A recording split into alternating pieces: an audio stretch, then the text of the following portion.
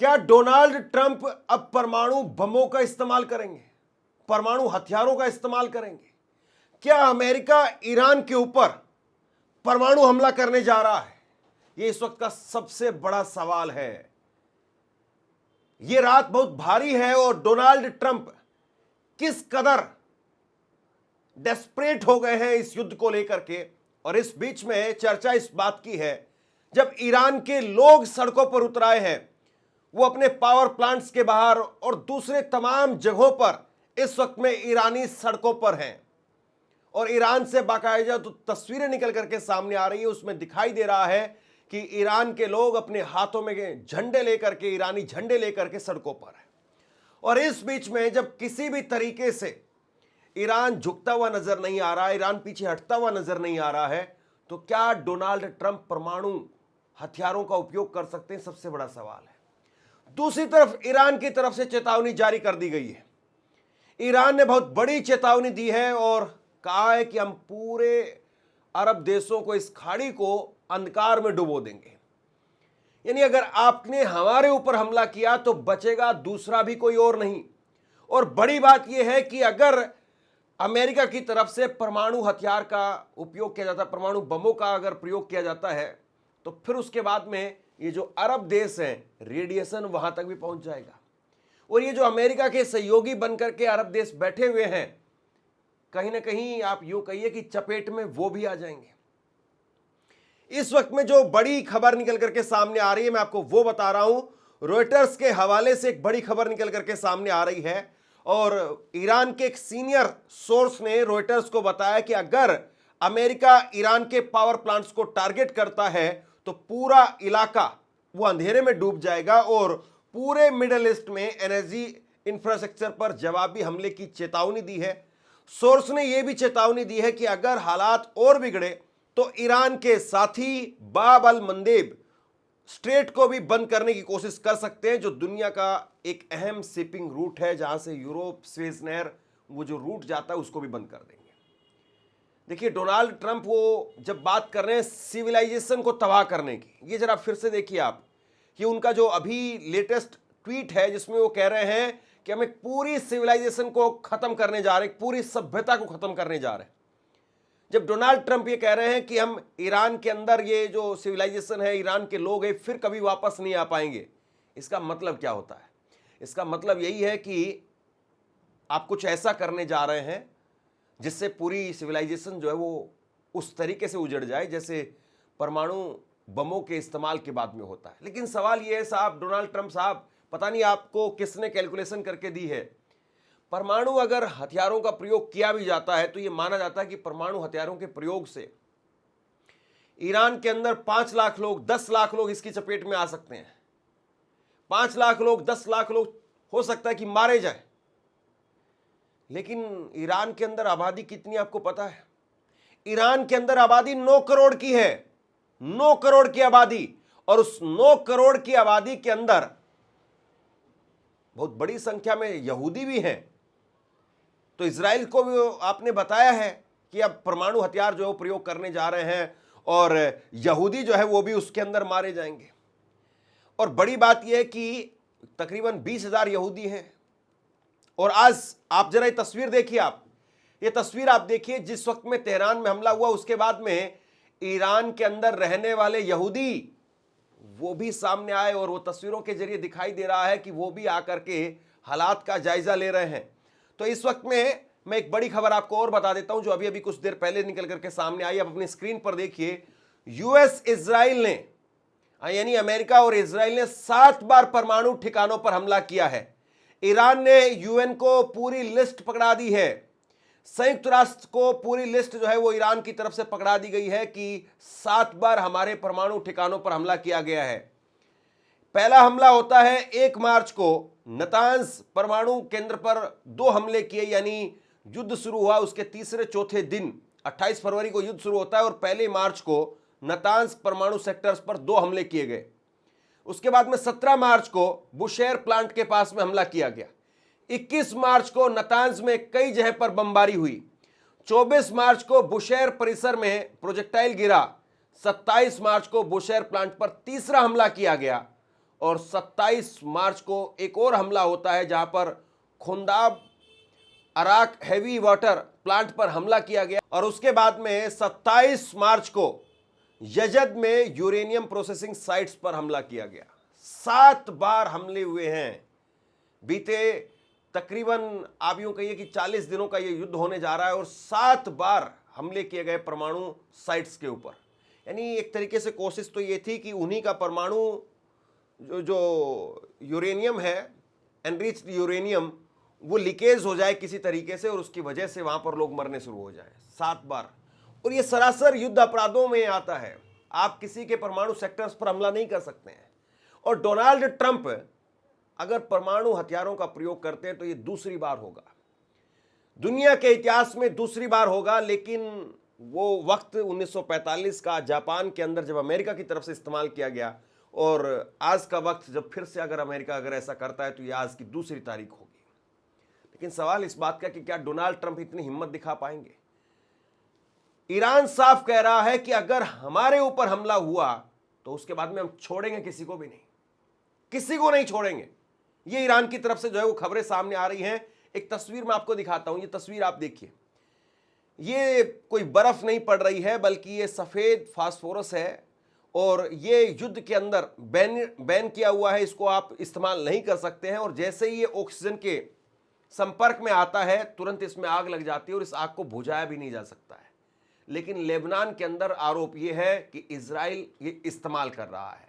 ये मैं आपको इस वक्त में खबरें बता रहा हूं। ईरान ने जवाब दिया है। ईरान की तरफ से कहा गया कि अमेरिका को ऐसा जवाब देंगे जिसे भूल नहीं पाएगा अमेरिका। ईरानी सभ्यता खत्म करने की ट्रंप की धमकी पर साउथ अफ्रीका स्थित ईरानी दूतावास ने जवाब दिया है। ईरान ने कहा है कि अमेरिका और उसके सहयोगियों को ईरान की प्राचीन सभ्यता की तरफ से ऐसा जवाब मिलेगा कि वो कभी भूल नहीं पाएंगे। ईरान ये कह रहा है कि साहब हम 6-7 हजार साल पुरानी सभ्यता है। जिस वक्त में आप लोग पहाड़ियों में रहते थे, पत्थरों को घिसते थे, उस वक्त में हम साइंस पर बात कर रहे थे, उस वक्त में हम विज्ञान पर बात कर रहे थे, विज्ञान के जरिए इस दुनिया को आगे ले जाने की बात कर रहे थे। और आज आप कह रहे हैं कि हमको पाषाण युग में भेजोगे। बहुत सारी बातें निकल करके सामने आ रही है और जिस तरीके से ईरान की आवाम निकल करके सामने आई है ये बहुत बड़ी बात हो जाती है। आप ये देखिए कि ईरान की आवाम जो है वो निकल करके सामने आ रही है, उसके बाद में दुनिया भर से प्रतिक्रियाएं निकल करके सामने आई है। और ये तस्वीर जो आप देख रहे हैं, ये महिलाएं जिस तरीके से उतर करके आई है सड़कों पर, इसके बाद में सुमित कुमार भारतीय जर्नलिस्ट हैं, उन्होंने लिखा है, मैं आपको पढ़ करके सुनाता हूं कि कयामत की रात का खौफ, कयामत की रात का खौफ उन्हें दिखाओ जो फना से डरते हो, जो फना से डरते हो उन्हें कयामत की रात का खौफ दिखाओ। इतिहास गवाह है करबला में बातिल यानी झूठ ने मिटाने की धमकी दी, तब भी दी थी, पर जो हक होते हैं वो उन्हें तख्तोताज नहीं शहादत अमर कर देती है। करबला के अंदर भी मिटाने की कोशिश की गई थी, लेकिन जो हक होता है, जो सच्चाई होती है, उन्हें किसी तरह का कोई धमकी या किसी तरीके की कोई तख्तोताज वो मिटा नहीं सकता, बल्कि वो अमर हो जाते हैं। शहादत उन्हें अमर कर देती है। मिटाने वाले मिट्टी में मिल गए, हुसैनियत आज भी जिंदा है। तो इस तरह से दुनिया भर से प्रतिक्रियाएं निकल करके सामने आ रही है। और ये एक तस्वीर आप देखिए, ये तस्वीर बहुत वायरल हो रही है इस वक्त में। ये तस्वीर जो है वो नजर आ रही है और ईरान के म्यूजिशियन अली घामसारी वो लगातार मौजूद है ग्राउंड पर और उनकी प्रतिक्रिया जो है वो आप सुनिए। और एक तरफ वो अभी भी लगातार अपने गिटार के जरिए, अपने संगीत के जरिए दुनिया को बता रहे हैं कि इस युद्ध को बंद करवाइए।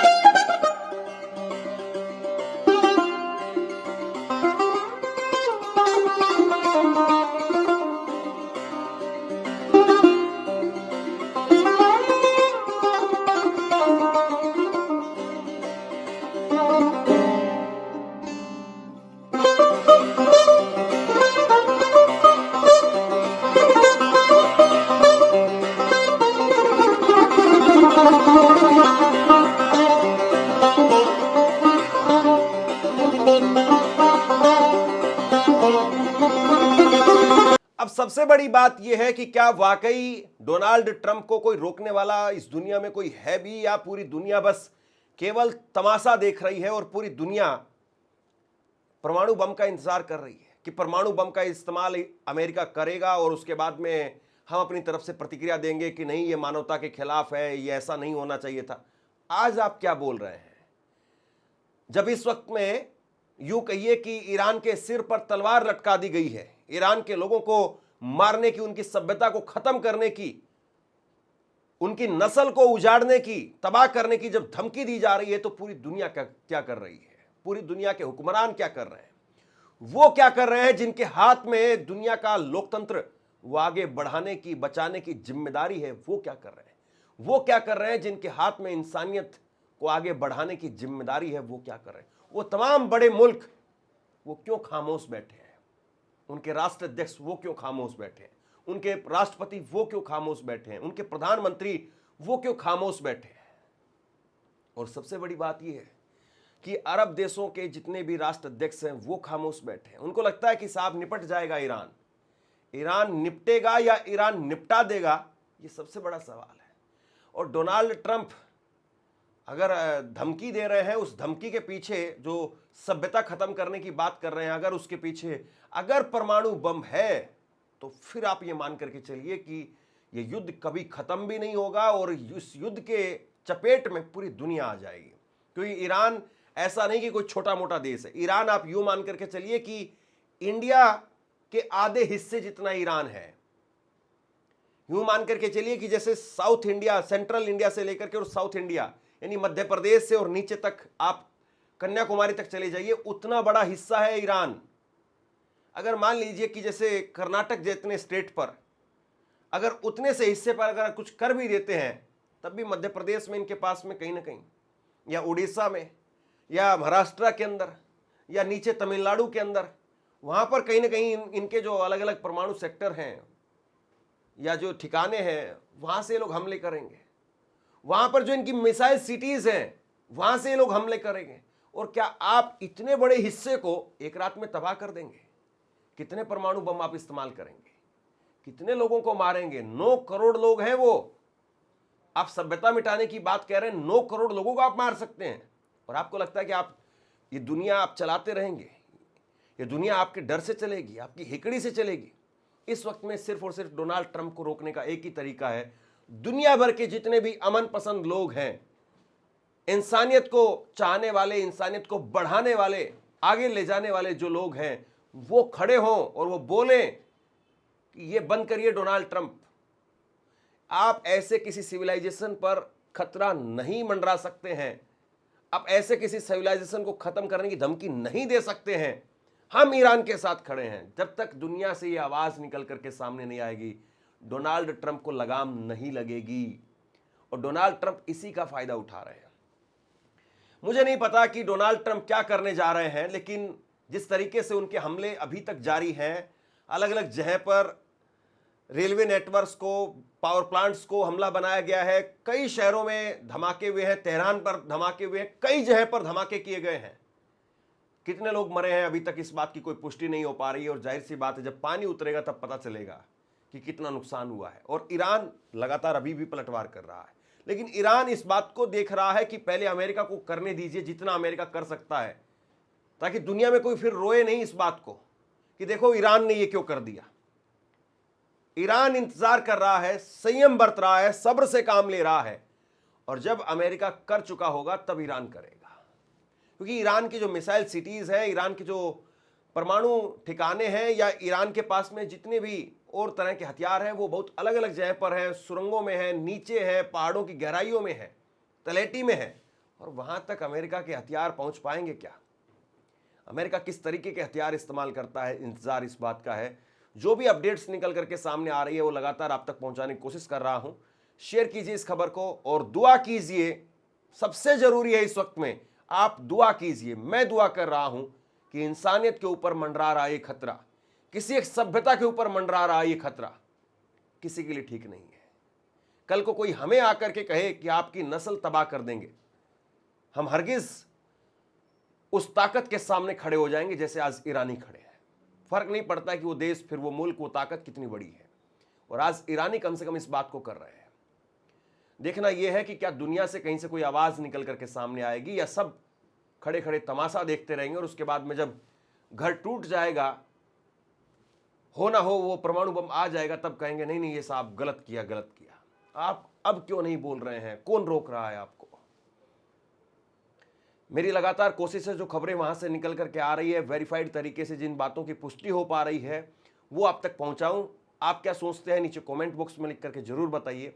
इस वीडियो को लाइक कीजिए, चैनल को सब्सक्राइब जरूर कीजिए और व्हाट्सएप चैनल के साथ में लगातार हमसे जुड़े रहिए, ताकि लगातार जो भी अपडेट्स आ रही हैं वो आप तक पहुंचाता रहूं। शुक्रिया।